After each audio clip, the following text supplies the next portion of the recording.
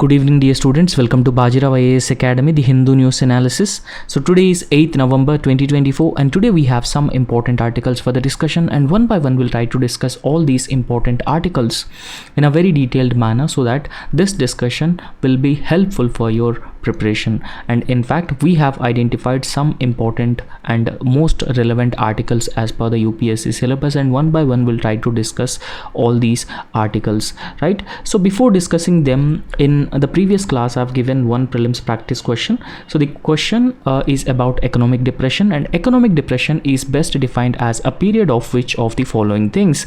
The options are option A, stagnation in economic growth; option B, negative economic growth rate; option C, prolonged slowdown in economic growth rate; and option D, high unemployment rate even in a growing economy. So therefore the correct answer for this question is option C, which is a prolonged slowdown in economic growth rate is known as the economic depression in any country. And in fact, we have experienced economic depression during the COVID-19 pandemic.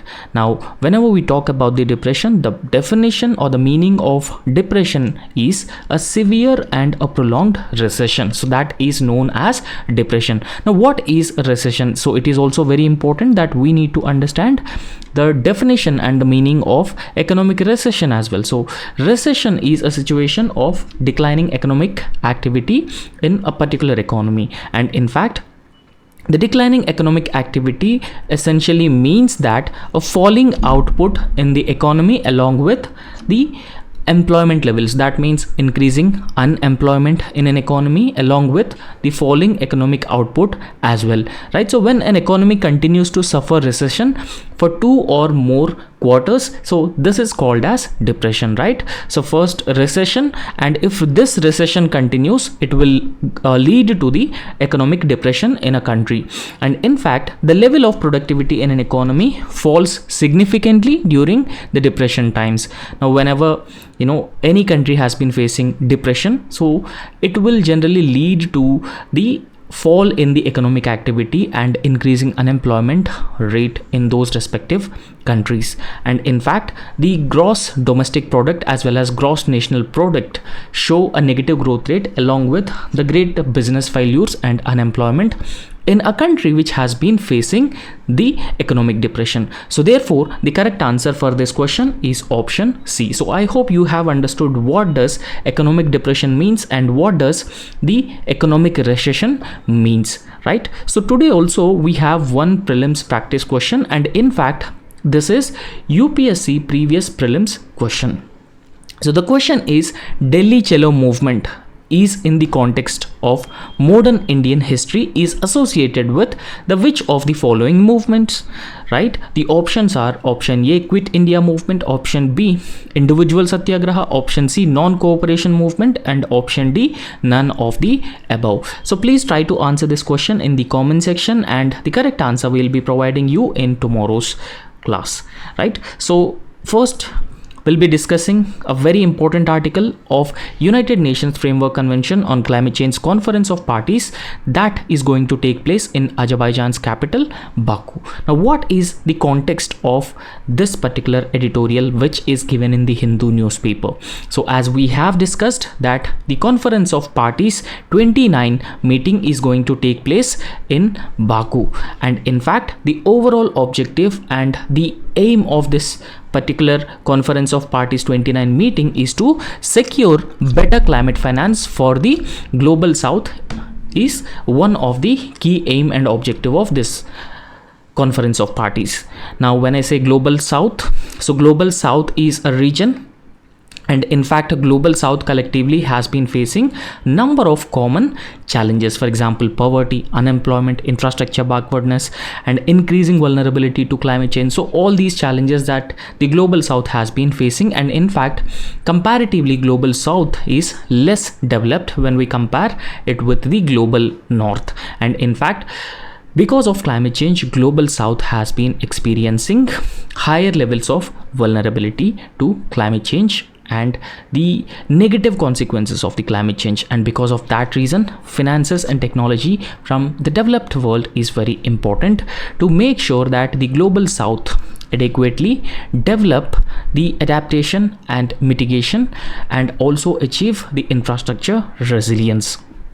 And in this context, so the need for climate finance has been increased manifold, because in recent times we have been experiencing the weather events which are being triggered by the climate change. And in order to withstand these weather events, extreme weather events I would say, and their intensity and frequency has been increasing manifold, and the global south, those countries are poor countries, they are not able to afford the infrastructure which could withstand the negative impact of the climate change. So therefore, in this context, the need for climate funding has surged or increased manifold, and global south has been bearing the brunt of climate change and the regular impacts. So we have been witnessing that the landslides are claiming the lives of number of people, floods, and drought-like conditions, the food security, so all these problems.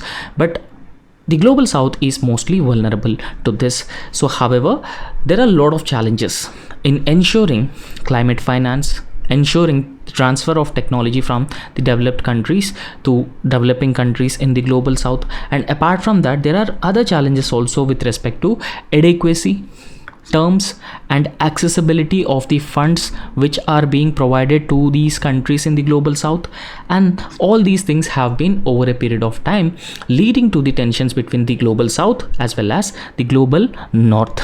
And in fact, it has also creating new challenges in ensuring climate justice as well as financing arrangements to deal with the negative impacts of climate change, and also enhance the adaptation and mitigation efforts on the part of the developing global south when it comes to dealing with the weather events triggered by the climate change. And in fact, so as we have discussed that the finance needs of the developing countries or the global south has been increasing manifold.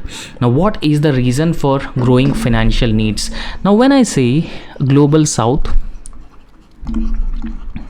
so global south is the region which is considered as poor and underdeveloped,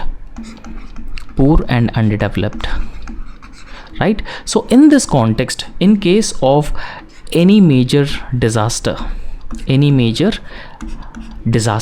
so if it hit one region, so who is going to be more vulnerable?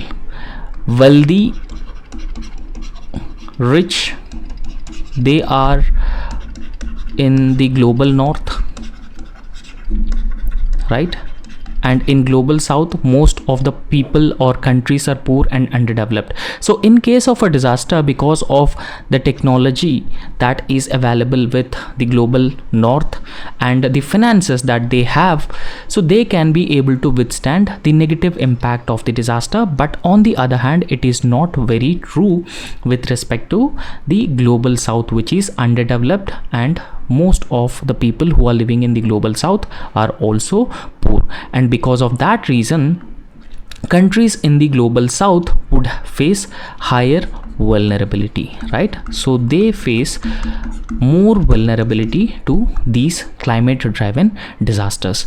And in order to deal with these climate driven disasters, it is very important for them to develop resilient infrastructure, right? So disaster resilient infrastructure is very important so that the developing global south could be able to withstand these climate driven disasters. So in order to develop resilient infrastructure, since they are poor and underdeveloped, they need to depend on the global south, right? So in order to build this resilient infrastructure, they require finances, right? They require finances, and they also require necessary technology as well.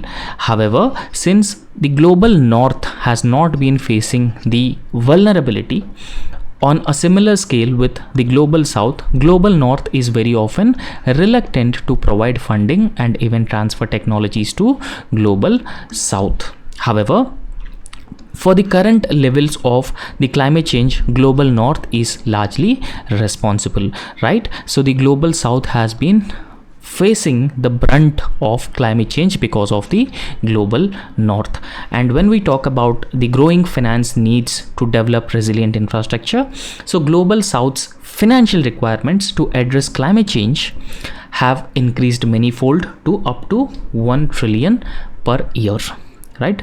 So the cost or the finances that the global south requires to build resilient infrastructure to withstand the negative impact of the climate change, they require finances of up to $1 trillion. And in fact, this is a sharp increase from $100 billion per year promised in the year way back 2009. And in fact, despite this increase in the finances or finance requirements of the global south, climate finance can only surpass 100 billion for the first time in the year 2022, right? So 100 billion is very less compared to the finance requirement of 1 trillion. And in fact, a significant portion of this 100 billion US dollars of the climate finance is given to the developing countries by the developed countries as loans instead of grants. So when the $100 billion is being given to the developing countries as loans, it will be an obligation on the developing countries to repay this money to the developed countries. But on the other hand, there is no need to repay these grants. So thereby, these developing countries or underdeveloped countries in the global south has been facing a lot of financial crunch when it comes to developing the infrastructure which is resilient to the climate change and climate change driven disasters. And in fact, the debt burden on the global south is also very high. And in fact, there are a lot of poor countries in Africa, Latin America and also Southeast Asia. So they have been spending more than 40% of their national budgets on just servicing the debt itself or paying interest rates to the debt that they have already taken. And in this context, the developed countries providing financial assistance to the developing countries in the global south in terms of loans will put additional burden on the developing countries in the global south. And in fact, since 40% of their national budgets are being spent on servicing debt, so this of course leaves a very little or very small room for investing in critical climate adaptation as well as clean energy projects by these respective developing countries in the global south. And climate change has been impacting both global south and global north. But the problem is that global south is poor. Global south does not have the infrastructure. So with that, it could withstand the negative impact of the climate change driven disasters. But on the other hand, the global north has the necessary infrastructure. They have the technology, they have the finances. So because of that reason, so there is a difference how climate change impact these two regions in the world. So in fact, the investors who are ready to invest in the clean energy projects, so they are not ready to invest in these developing, underdeveloped and poor countries because of the existing risks of making investments in clean energy projects in these developing countries. And so that has further hindered the flow of necessary funds to the global south for climate resilience and also for the purpose of renewable energy development as well.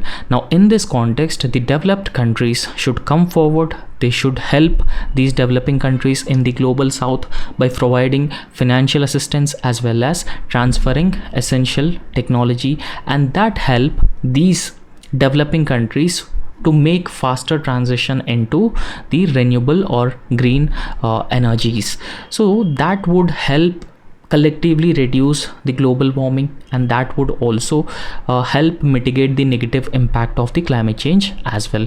So there are certain proposed solutions or pathways for the global cooperation to finance these developing countries in the global south. So it is very important, apart from the developed countries helping developing countries in terms of finance and technology transfer, it is also very important that developing countries should attract more private investment. To attract more private investment into these climate projects, so global south nations, particularly countries like India, may need to offer higher returns on infrastructure projects. For example, any private investor who is ready to invest in India, so India should be able to offer higher returns on those private investments coming from the other countries, and that's how India and other developing countries can attract larger investments into this clean energy or green energy projects. And in fact, by increasing potential returns up to 17 to 18 percentage for projects like green hydrogen or electrified bus transport, so it would be more and more attractive for the investors, and they can come and invest in countries like India. And that is very important at this point of time, because the poor underdeveloped countries in the global south, including India, are being starved of these financial resources, and these financial resources are very important to ensure that they can have the resilient infrastructure and that could withstand the negative impact of the climate change. However, this United Nations Framework Convention on Climate Change's Conference of Parties 29 could offer a critical platform for the negotiations between the developing countries and developed countries, between global north and global south, where both global south and global north must make significant concessions. They sit together and they should discuss these different contentious issues, and ultimate goal is to ensure that this climate change has the collective responsibility towards climate change has to be recognized and identified by all these countries, and the developed countries should also come forward and they should help the developing countries. And in this context, a more generous approach from the global south, particularly offering to improve returns for the investors, particularly the private investors, so that could help foster cooperation, and that could even lead to a more successful climate finance frameworks. And this could be a one significant step in advancing the global climate goals, while also addressing the equity concerns with the private investments that are being made or that are being attracted by these developing countries in the global south. So the next very important article, this is very important for your general studies paper 2 as well as for prelims examination. This article is very important. So this article is given in the Hindu newspaper. So the article is, can state acquire all private property? Right? So can state have the power to acquire all private property? So that is being dealt by the Supreme Court's constitutional bench in a very detailed manner, and we also try to discuss this in a very comprehensive and very detailed manner. So the context is that in a significant 8-1 majority ruling, so it is a 9-judge constitutional bench, and this judgment is delivered by 8-1 majority ruling by the Supreme Court. So the Supreme Court's 9-judge constitution bench has clarified that the scope of Article 39 Clause B of the Indian Constitution, and when we talk about Article 39 Clause B, it is part of the direct to principles of state policy, right? Direct to principles of state policy. And Article 39B talks about the acquisition and redistribution of resources for common good, right? So in fact, equitable distribution of resources to ensure that the wealth is not concentrated among a few individuals. That is what Article 39 Clause B has been talking about, and Supreme Court has also defined the scope of Article 39 Clause B in a very detailed manner. And in this 9-judge Constitution bench judgment, the Supreme Court ruled that not all private property can be classified as material resources of the community, right? For example, someone have the property, because understand one thing, that right to property is not a fundamental right, So earlier it was a fundamental right, but now it is being removed from the fundamental rights. So but in this context, the Supreme Court has held that not all private property can be branded as the community resources of the community resource. Right? For example, one person has his own property, and this cannot be categorized as the material resource of the community because it is being owned by an individual, thereby the Supreme Court drawing a clear line with respect to the powers of the Indian state with respect to Article 39 Clause B. And if the government wanted to acquire a property which belongs to a private individual, which is a private property, but the Supreme Court has said that yes, the government can acquire the private property. However, the government cannot acquire all the private property because all the private property cannot be designated as the material resources of the community, and this is what the Supreme Court has said, thereby particularly limiting the power of the government to acquire the property for the public purpose. And in fact, as I have already told you, that Article 39 Clause B is part of the Part 4 of the Constitution. So Part 4 of the Constitution deals with what? So it deals with the directive principles of state policy. And in fact, so when we briefly talk about Article 39 Clause B, so it mandates that state should distribute ownership and control of the material resources of the community to ensure that they serve the common good of individuals.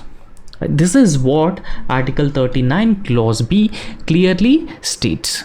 Right? So state should distribute the ownership and control of the material resources of the community to ensure they serve the common good.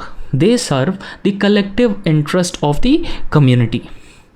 And in fact, this provision also aims to prevent the concentration of wealth in few hands, and it also ensures that resources are used for the collective welfare of the overall society. So this is what Article 39 Clause B talks about as part of the directive principles of state policy. And in fact, so there is always a judicial conflict between the fundamental rights and the directive principles of state policy. So what kind of a judicial conflict? So why there is a judicial conflict between the fundamental rights and directive principles? And there are always disputes or the conflict between these two principles, because so some say that fundamental rights are supreme, and some say that directive principles are having primacy over the fundamental rights, right? So that is the conflict. So which principles are having primacy over the other, and that is the main conflict. And many judgments of the Supreme Court have dealt with the conflict between the fundamental rights as well as directive principles of state policy. So we'll try to understand this.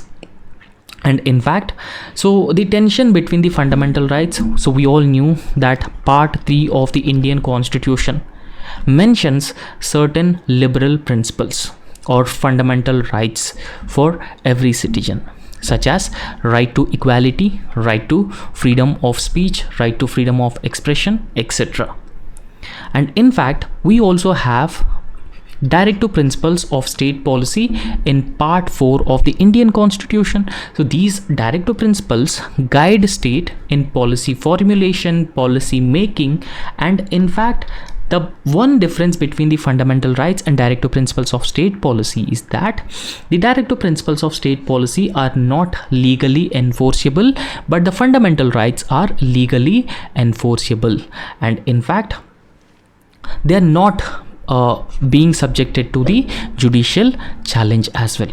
And so there is one article which is Article 31C, and this Article 31C has been introduced in the year 1971, and this aimed to protect laws made in furtherance of Article 39B as well as Article 39 Clause C. And in fact, Article 39B, we have just discussed about this, to prevent concentration of wealth in few hands, and Article 39 talks about, or it is related to wealth distribution and even prevention or preventing concentration of wealth.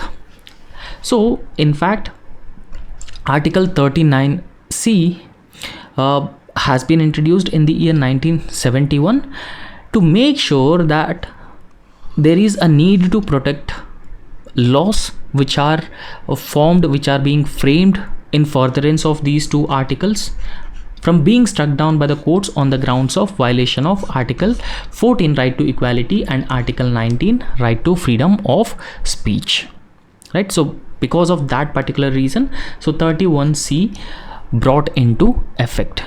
However, so this Article 31C was challenged in Keshwanand Bharti case of 1973, where the Supreme Court upheld judicial review but allowed laws promoting Article 39B and 39 Clause C to immune from challenges based on Article 14 and Article 19. So this is what the Supreme Court has held that in Keshwanand Bharti judgment. And in fact, in Minerva Mills case of 1980, the Supreme Court has emphasized on the primacy of fundamental rights over the direct to principles of state policy, right? So in this judgment, the Minerva Mills case, the Supreme Court has clearly held that the fundamental rights have primacy over the direct to principles of state policy, clarifying that no law could override Article 14, Article 19 and Article 21 of the Indian Constitution, thereby making Article 31C unconstitutional because they have been violating Article 14, 19 and 21 of the Indian Constitution. However, the other thing that we need to understand that time and again through number of other judgments, the Supreme Court has emphasized on the balance and harmony between both fundamental rights and direct to principles of state policy. And what are the key takeaways from the Supreme Court's judgment on Article 39B with respect to the power of the power of the governments to acquire the private property? So majority opinion of the Constitution bench of the Supreme Court with 8-1 majority stated that not all private property can be considered as material resources of the community under Article 39B of the Indian Constitution, direct to principles of state policy, for the purpose of government acquisition. And the Supreme Court has clearly held that this approach prevents a rigid economic dogma which favoring state control over the private resources. Now it emphasizes that the state cannot acquire all the private property, right? So if it really serves the public good, if it really serves the larger community or larger public interest or the national interest, of course the government can acquire the private property, but the government cannot acquire all the private property as it held under Article 39 Clause B of the Indian Constitution. And in fact, this judgment of the Supreme Court has also clearly emphasized that determining whether a private resource should be acquired for the common good, and that should depend on case by case assessment. So what sort of case by case assessment that the Supreme Court has been emphasizing on? The factors for consideration include the resource scarcity and the public impact, the larger public good, or it serves the national interest. So on these grounds, the government can acquire the private property, right? So otherwise the government have no power to acquire all the private property as it held under Article 39 Clause B of the Indian Constitution, right? So in fact, the Supreme Court has also reaffirmed that laws made to implement Article 39 Clause B are shielded from the challenges under Article 39 Clause, Article 31C as well. However, The Supreme Court has also emphasized that such acquisitions by the government still comply with the constitutional guarantees such as Article 14 right to equality and Article 300A right to property. So remember one thing, that earlier right to property is a fundamental right, but the Parliament has removed right to property as a fundamental right, and it is included in the Indian Constitution as part of Article 300A right to property, right? So that's all about Supreme Court's 8-1 constitutional bench judgment on Article 39 clause B, acquisition of the private property. And the next article is corporate social responsibility contributions to the agriculture sector.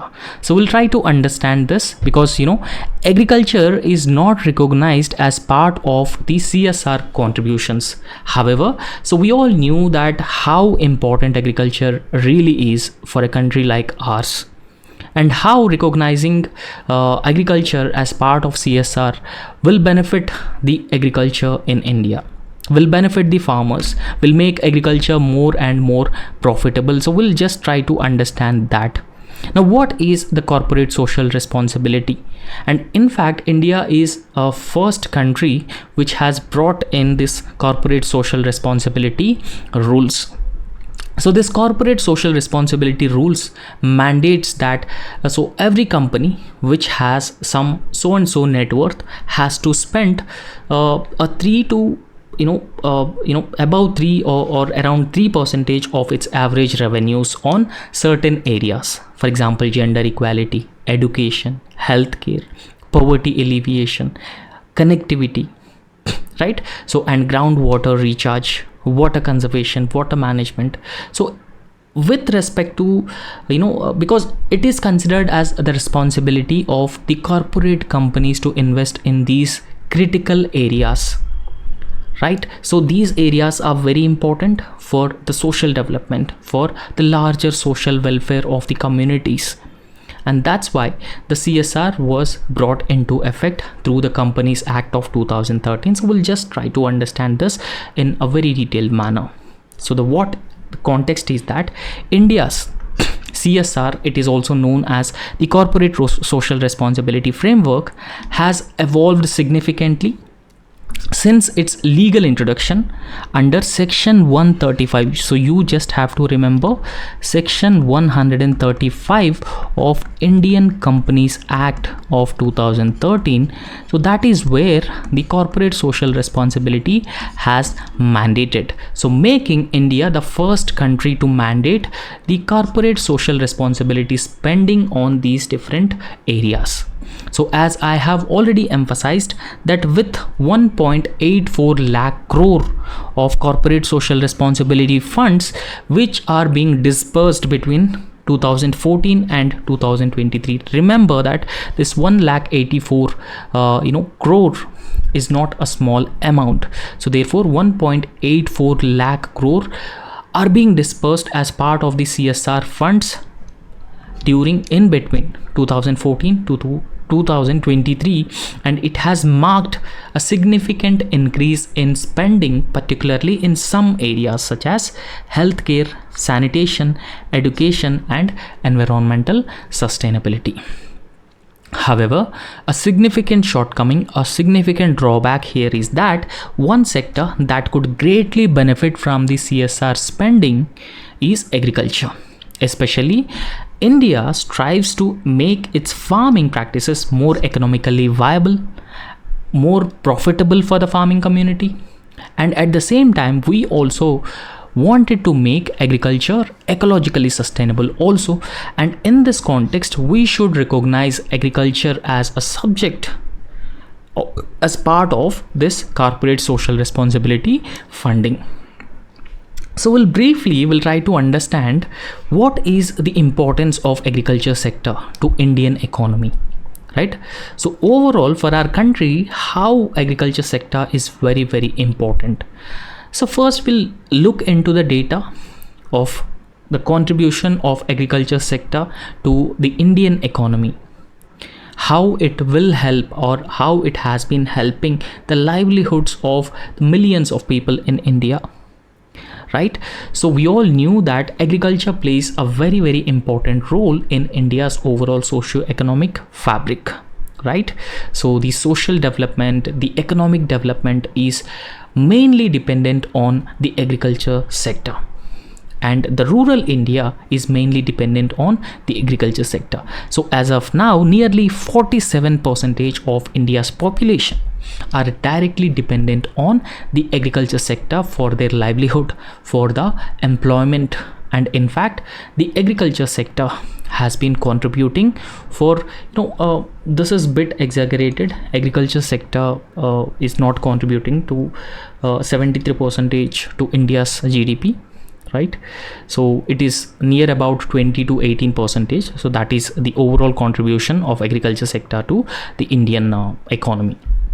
And in fact, the vast majority of Indian families are directly or indirectly dependent on the agriculture sector, right? For their employment, for the livelihoods, for their food security, right? So millions of farmers also practice subsistence farming, right? So in fact, dairy farming and apiculture, sericulture, aquaculture, so all these different things are part of the agriculture, and they also provide livelihood opportunities.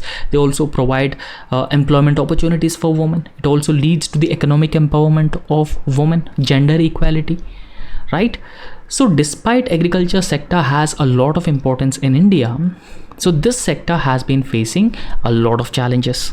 For example, it has been facing climate change, stagnant farmers' incomes, and degradation of the natural resources because of the unscientific farming practices. For example, we just flood the fields with the water, so that leads to the soil salinity, right? So that also leads to the soil salinity and soil erosion, and exploitation of the groundwater resources. So all these things are part of these non-scientific agricultural practices. However, in order to meet the food security challenge that we have faced in 1950s and 1960s, so what our scientists have done, so we have introduced a green revolution in certain areas in our country. And in fact, this green revolution has prioritized on increasing the agricultural productivity. And India has now reached to that level, to that stage where food production is relatively stable, because we have enormous amount of food grains to distribute those food grains to the fair price shops as part of the public distribution system. And now we are in a position to ensure food security to around 140 crore India's population. So therefore, in this context, so this momentum has to be further continued, and CSR funds provides us an opportunity to invest a substantial amount of funds in creating agriculture infrastructure. And the focus shifted towards the sustainability in agriculture after the Green Revolution, ensuring that agriculture is not only productive but also resilient to climate shocks and environmentally sustainable. And in fact, the government has launched a number of initiatives to build agriculture infrastructure, particularly Paramparagat Krishi Vikas Yojana. So this emphasizes on organic farming or natural farming. So this is in line with achieving the objective of the environmental sustainability in agriculture sector, and also mission for integrated development of the horticulture sector, and that has sought to address certain concerns that the agriculture sector has been facing. However, so why it is important that agriculture should be recognized as a subject to be part of the CSR funding, right? So how CSR will support the agriculture sector to achieve sustainability, achieve economic viability? Because so as of the most recent reports, 23% of the companies surveyed identified environment and sustainability as their CSR priority. So this means that around 23% of the companies are ready to invest in environment and environmental sustainability. So therefore, this has been indicating or signaling willingness to contribute to the sustainable agricultural development by these respective companies. So if it is being part of the CSR funding, so through this funding, we can establish grain banks, so that could prevent post-harvest losses, that could prevent food waste, and that could also ensure food security for our larger population. And we could establish farmer schools for improving agricultural knowledge as well as the skills of the farmers. Particularly, we could provide extension services to the farmers, right? Extension services to the farmers, and water conservation projects can be taken up to mitigate water scarcity in agricultural areas, and energy efficient irrigation systems to promote sustainable farming. So there are a number of things that can be done as part of the CSR activities into the agriculture sector. So once we recognize agriculture as part of the CSR funding, right? So in fact, specifying agriculture part of the corporate social responsibility sector so would align with India's rural development goals, climate change plans, and poverty alleviation initiatives, so thereby further making it easier for the companies to contribute these national priorities, right? So agriculture is a very important area that has to be recognized immediately. In addition to the capital expenditure on the agricultural infrastructure, the corporate social responsibility initiatives can also focus on capacity building of the farmers or farming communities, improving the skills and knowledge or extension services to the farmers, thereby promoting sustainable agricultural practices in the longer term, and that will benefit agriculture sector enormously. So the next article is about International Solar Alliance. So we all knew that we have been facing the threat of climate change. So one way that we could deal with the climate change and we could reduce global warming is to prevent the use of fossil fuels and focus or adopt the renewable form of energy. And solar energy is one of the renewable form of energy. And in order to promote the solar energy at the international level, so India and France have come together, and in the year 2015 they have launched the International Solar Alliance. So the objective is to accelerate solar energy adoption across developing countries. However, the problem with the International Solar Alliance, so far it has seen a very limited success. So we will understand what are the reasons for the limited success of the International Solar Alliance. However, the International Solar Alliance was started way back in the year 2015 with several ambitious goals. It has only made a very limited success. So particularly in the global south, where energy access remains a significant issue. So we knew that global south is a region which is poor, which is underdeveloped, which lacks energy access, which lacks critical infrastructure. And in fact, by this year, the International Solar Alliance marks its 9th year of its establishment, and in fact experts are started questioning its impact and why its promise hasn't materialized as expected so far. Now, what is International Solar Alliance? So we have understood very briefly in the context. So as I have already told you that in the year 2015, India and France have come together. They have launched the International Solar Alliance to boost or accelerate solar energy deployment across all developing countries between the tropics, Tropic of Cancer and Tropic of Capricorn, on both sides of the equator, because those are the countries which have the highest potential of generating solar energy, because there is a high solar insolation in between these tropics.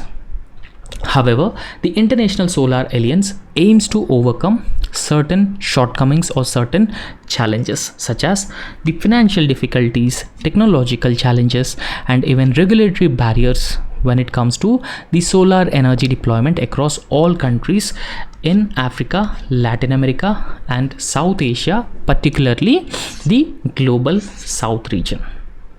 And in fact, so the International Solar Alliance primarily functions as a facilitator rather than a project developer. So it facilitates financial transfer, it facilitates technology transfer between all the countries of International Solar Alliance, so thereby aiming to create an enabling environment for solar energy adoption. And in fact, International Solar Alliance is seen as a key component of India's diplomatic outreach to the global south, particularly Africa. And in fact, India has identified or leveraged the International Solar Alliance as a very important part of its overall diplomatic outreach. So despite 110 plus member countries, the International Solar Alliance has failed to deliver substantial solar projects. The International Solar Alliance facilitated project is 60 megawatt solar plant in Cuba, but it is still in the early stages and not yet become operational. So therefore, it is very important that India should immediately identify the shortcomings and the challenges which have been preventing the International Solar Alliance to work with its full potential. It is very important that India should be effective enough to bring together all these countries, and these countries should make progress in producing the solar energy, which is renewable form of energy resource, which helps these countries make a transformation from the fossil fuel to green form of energy.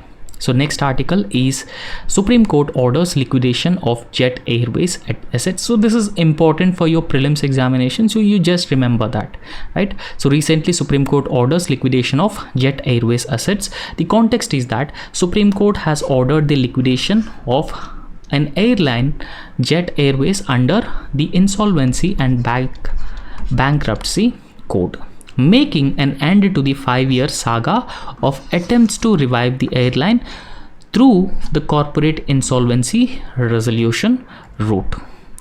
So in this context, we'll try to understand very briefly what is the liquidation of a company.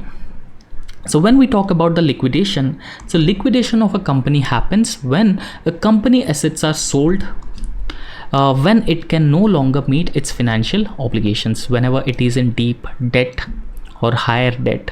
So a poor financial management, it has been facing higher risks, there are frauds. So in all those cases, so the company liquidation usually takes place, right? So when a company no longer meet its financial obligations, sometimes the company ceases its operations entirely and it will be deregistered after this liquidation.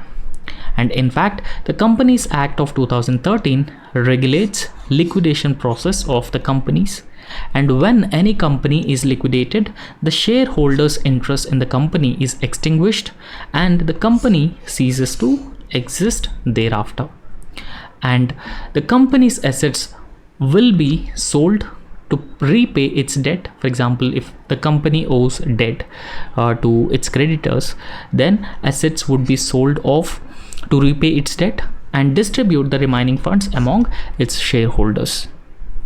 And so very briefly, what is this Insolvency and Bankruptcy Code of 2016? So Insolvency and Bankruptcy Code 2016 is that the bankruptcy law of India, and that seeks to consolidate the existing bankruptcy or existing framework for creating a single law for insolvency and bankruptcy across the country, and it was passed in the year 2016, right? So that's all in this lecture. These are the important articles, and thank you so much.